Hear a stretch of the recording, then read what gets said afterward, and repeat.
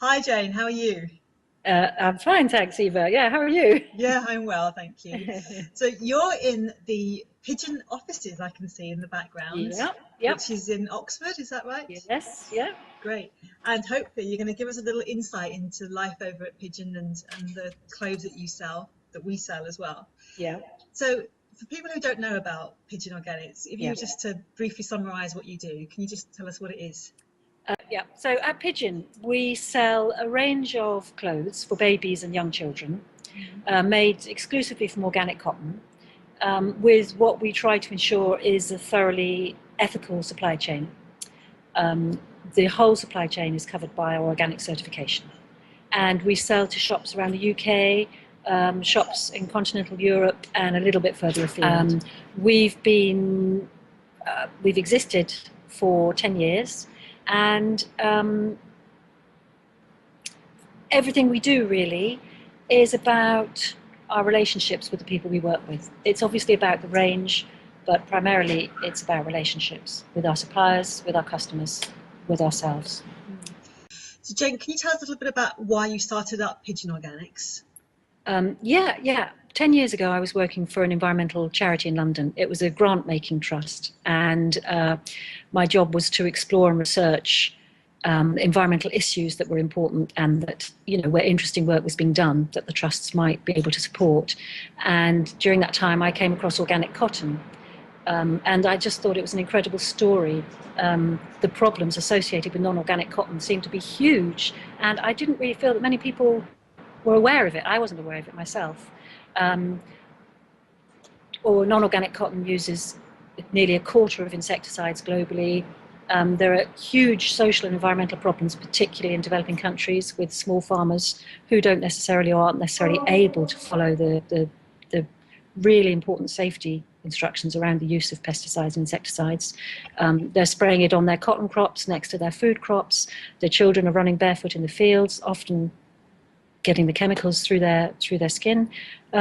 So there are really serious problems. And although organic cotton isn't a response to all, isn't going to be suitable for everyone, it is one really important response to that set of problems, I think. Mm. Um, Because often people will buy organic because they don't want the pesticides as a residual side effect, as it were, of yeah, buying that crop. So that yeah, is one issue as well, isn't it? But yeah, I suppose from our point of view, or from my point of yeah. view, the ethics behind organic cotton is quite an important issue, isn't it? Yeah, yeah. I think it's true. I think if you've got, very young babies, you Mm. want to try and make sure that you're putting them in fabrics and in garments that aren't full of horrible chemicals. So that's one important side. But for me, it's certainly the supply end, the farming and the whole supply chain. That's also really, really important. And there's no point in, working in organic if you're not looking at the whole picture, really. Yeah. So that must also mean that your dyes that you're dyeing your clothes with are all Mm. pretty eco-friendly too. Can you tell us a bit about the whole process then after you get the Yeah. cotton? Yeah, so our particular organic certification is called GOTS, which is the Global Organic Textile Standard. And in the UK, it is the Soil Association that sort of manages that process in the UK, carries out our annual audits. In different countries and down our supply chain, it'll be different bodies in different countries. So our cotton comes from Turkey, and a lot of our manufacturing is done in Turkey. And what the certification does is at each bit of the manufacturing or the supply chain, in fact, right from the field through the processing, dyeing, um, knitting process, fabric making, every part of that supply chain is audited by a nationally approved body. In Turkey, it's usually a Dutch body called Control Union. Mhm. And so they will go in and they will check that the criteria in place are being adhered to, and that organic cotton is not being mixed with any other cotton or chemicals that mustn't get into the supply chain.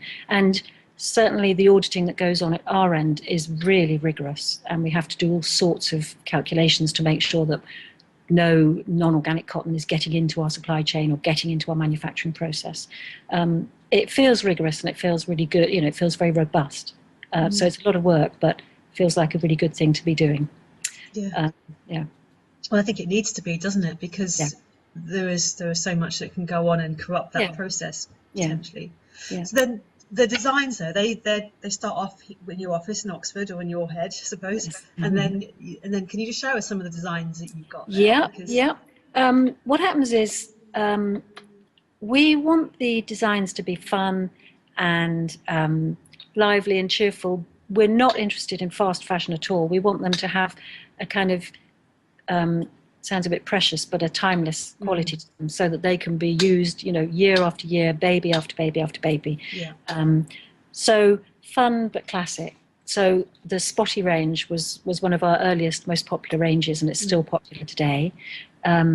This style romper has been really our best seller. It's got things like cuffs that turn over at the feet, so that you put them on, when the baby's very small, they're tucked inside, and then as they grow, they just grow on out through the feet. Because with my favourite, when I had my babies, with my favourite sleep suits and rompers, I used to cut the toes off so they nice. carry growing. So I thought, whoa, this is a good solution.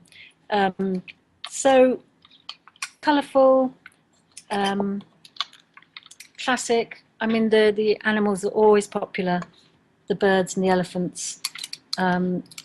We tend to have quite a limited palette, so that the different ranges can sit together quite happily without having too much going on. Most recently, we've done the hedgehogs for autumn, winter, which have been really popular. And accessories? Do you have any accessories that go with Yeah, those? yeah. We with each range we have matching accessories, so matching bibs, which are always reversible, and matching bonnets.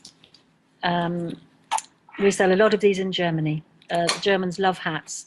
They're our best hat sellers, actually, in Germany. It's for the ears, isn't it? Yeah, They're quite unique in the UK to have those yeah. kind of ear flaps. We were told by one of our German stockists that, if you don't have a hat on your baby in Germany, you're considered to be a very naughty parent. So you have to have a hat, and there we are. Where are your clothes made? Okay, so until just over a year ago, everything was made in the UK. We worked with a small factory in Nottingham, had a wonderful relationship. They were like family. Very sadly, they went bankrupt in 2013, June. And we have since developed relationships with mainly three overseas factories. One in Turkey, which we'd known very well already. One in Ukraine, which is a Danish company with a factory in Ukraine. And one in Hungary, again, which we've known for a long time. All three factories are GOTS certified, so the nature of the certification hasn't changed at all. They're all factories that we feel we can develop long-term relationships with. We still work with some of the machinists in Nottingham. There are, I think, 5 of them who have kept some of the machines and carry on doing some work with us. That work is not covered by our GOTS certification yet. We're talking to the Soil Association about it, but we feel very, very strongly that we want to carry on working with them. Maybe even one day set up a factory with them, a small factory again. They're still like family to us, and we don't want to drop them. Yeah. And luckily, they don't want to drop us either. So that's very important to us. So what it means is that the certification is incredibly important to us, but we won't let it absolutely determine who we work with when. Yeah. It's the people. Again, it's, as I was saying at the beginning, it's the relationships which are more important than anything else to us. And if we believe a relationship is right, we'll stick with it, really. What about the finishes on your clothing? So poppers and those kinds of things. Yeah. At the moment, we use poppers and buttons, and they both have to be approved by the Soil Association. So we have to source the poppers from very specific suppliers who supply nickel-free poppers, as we have on the bibs, which is reasonably standard now. The buttons, again, have to be approved by the Soil Association. If we use zips, which we do sometimes, they also have to be approved. And there are certain suppliers now who meet the GOTS standards. So we're reasonably confident about that. What about the dyeing processes? What kinds of dyes do you use? The dyeing the dyes themselves are not organic dyes, but they are controlled by the organic certification. So there are quite clear regulations and criteria in place to make sure that the dyes are not harmful, either environmentally or in the finished product. So they're not organic themselves, but they are part of our organic certification. Okay. How are your dyes different to normal clothes dyes? Well, I think there are all sorts of things around dyes and around printing and around prints on the t-shirts. So there are lots of different types that you can use, and ours obviously have to minimise things like heavy metals and nasty chemicals in the dyes. And your colours are quite colour fast. I've noticed that they do last an awful long time, don't they? Yes, They wash yeah. really well as well. Yeah. I mean, we have to go through all those tests as well whenever we do new colours or new ranges or new styles. We have to go through all the normal quality control checks as well as obviously the environmental side of things. So as a business, Jane, it's obvious that you're very responsible when it comes to the growing of the cotton, the dyeing and the manufacturing. Why is that so important to you as a business? I think we try to be responsible. You do your best. Things can go wrong, but we do. And I think really that we feel that clothes are so much more than just what you put on. There's a whole in there which is complex and which has huge impacts on people's lives. And so trying to be responsible right the way through the supply chain can have a huge impact in the places where these things are made. Whether it's in Nottingham, whether it's in India, whether it's in Turkey. And so it seems to be the right thing to do to try and make sure that things are happening in the right way, that have a positive impact on people's lives rather than a negative impact. And it's very complex, but I think globalization has made that more difficult and has removed that connection between producers and consumers. And it's not just in the textiles industry, it's in most industries at the moment. So the people at one end of the supply chain have lost touch with the community that's at the other end. And I think that you lose something when you do that. I think it's very nice if you can understand where the things you're using, wearing, eating have come from, and how they've been produced. And that sounds that's a bit of a luxury at the moment, but I think it's something to strive for where you can. No, certainly that's what we look for when we're sourcing products, to really know who our suppliers are and that they've thought of those things, because we're thinking about the future of our children, aren't we, when we're doing this? And it's not just about something that's going to be thrown away. It's something that A is going to last and B has been made in the way that I would feel comfortable with it may being made, isn't it?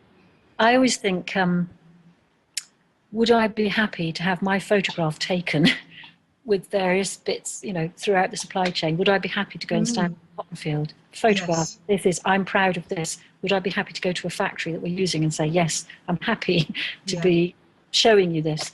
So I always think, if you're happy to have your photograph taken at those various parts of the supply chain, it's quite a good test. Well, exactly. And you're putting your name to it, aren't you? And in the same way, we're putting our name to the products by selling them on our store. And and if I'm not happy to put my name to it and say, we've chosen this because of the ethics of the supplier, then we wouldn't sell it. So that's kind of how we work, which is great to have suppliers like that, like yourselves, that share those values, because that's kind of what makes us different, isn't it? And hopefully makes our customers think about those issues as well. Exactly. And we try, and we can't sort of. I'm not saying it's, you don't want to be self-righteous about it. You just do what you can. Exactly. Your own sort of very modest way. You just do what you can and what you think is right. At the end of the day, really. Yeah. And it helps, of course, that your stuff is so cute. That makes a difference, doesn't it? Because sometimes you can be too worthy and think, I have to buy this even though it's not that nice because it's organic and whatever. But actually, the fact that your baby stuff, it looks gorgeous on, just makes it all. Well, that's very nice. Thank you. Brilliant. Thank you very much for taking the time, Jane, to speak to me. Great. And thank you, Eva. If people want to buy your stuff from us, they can obviously see it on our website. And I'll put links on the bottom of the page for Fantastic. Thank you. Thanks very much. Thank you, Eva.